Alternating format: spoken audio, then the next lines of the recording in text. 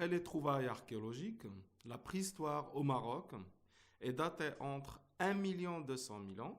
et le 8e siècle avant l'ère chrétienne.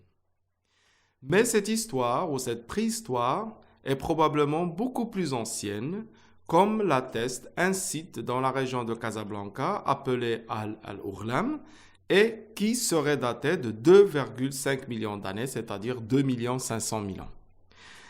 Et ce site-là a révélé la présence de plusieurs restes fauniques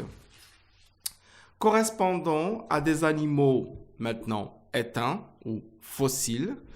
et qui datent, comme je l'ai dit, de cette période de 2,5 millions d'années. Il faut savoir que le Maroc est un carrefour ou un espace en fait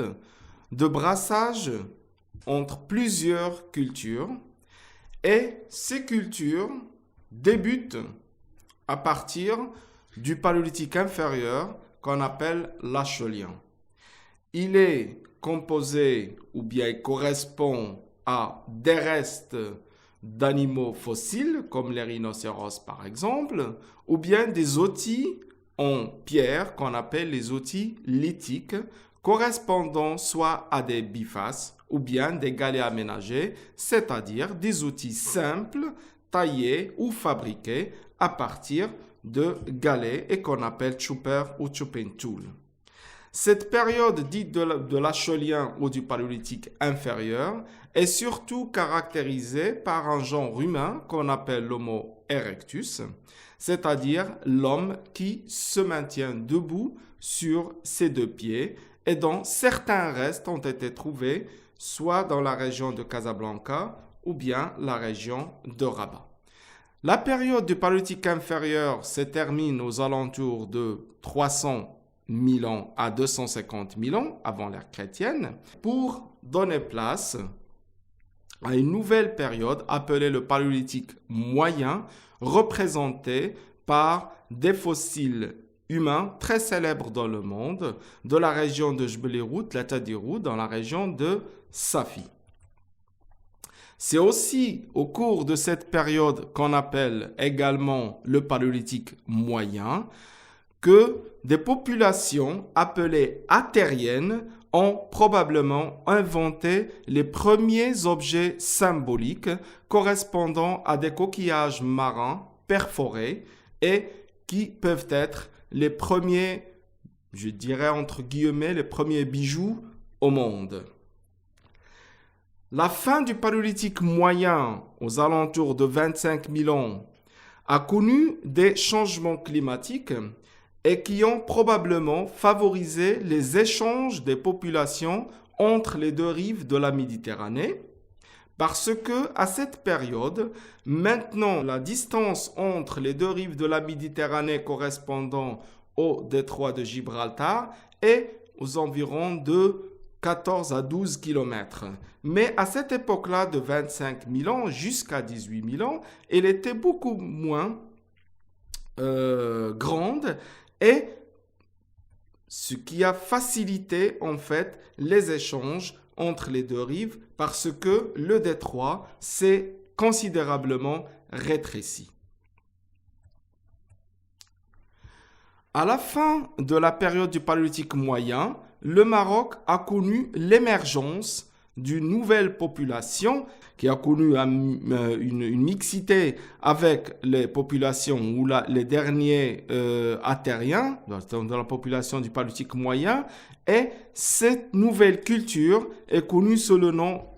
incorrect de libéro-maurusiens. Cette période ou culture de libéro-maurusiens a connu un événement qui est très important, à savoir la chirurgie, puisque c'est à cette époque-là qu'on a trouvé, que les archéologues ont trouvé dans une grotte non loin de la région de Berkane, appelée la grotte des pigeons à Taforalt, et qui a connu la première opération chirurgicale au monde, connue sous le nom de la trépanation. Vers 7000 ans, les populations au Maroc vont commencer à avoir un nouveau comportement socio-économique correspondant à la pratique de l'agriculture et surtout, ils vont connaître la fabrication de leurs outils à partir de nouveaux éléments comme l'ivoire ou bien les tests d'œufs d'autruche. Cette période est connue sous le nom du néolithique et qui a connu aussi un certain nombre d'inhumations ou d'enterrements qui étaient entourés avec beaucoup de soins, surtout pour les enfants en bas âge morts ou enterrés avec des objets personnels. Cette période du néolithique a aussi connu l'émergence et le grand développement de l'art rupestre que l'on peut contempler un peu partout au Maroc et particulièrement au Sahara marocain, à l'oriental et au Haut-Atlas. Vers 3000 ans avant l'ère chrétienne, les populations marocaines vont commencer en fait à inventer un nouveau type de la céramique qu'on appelle la céramique campaniforme et qui était généralement associé à des objets en métal. C'est l'âge des métaux ou ce qu'on appelle la proto-histoire. Et dans le site emblématique est le site en fait de Mzora, non loin de la région de Larache, et qui ressemble un peu à ce qui se trouve dans la région d'Algarve au Portugal ou bien Stonehenge en Angleterre. Comme on peut le voir, l'histoire du peuplement au Maroc est très ancienne puisqu'elle a débuté à environ 1 200 000 ans sans interruption jusqu'à l'époque actuelle. Seuls quelques espaces géographiques dans le monde peuvent avoir un tel patrimoine aussi ancien et riche et qui a permis l'écriture d'une partie de l'histoire de l'humanité. Et je vous remercie pour votre attention.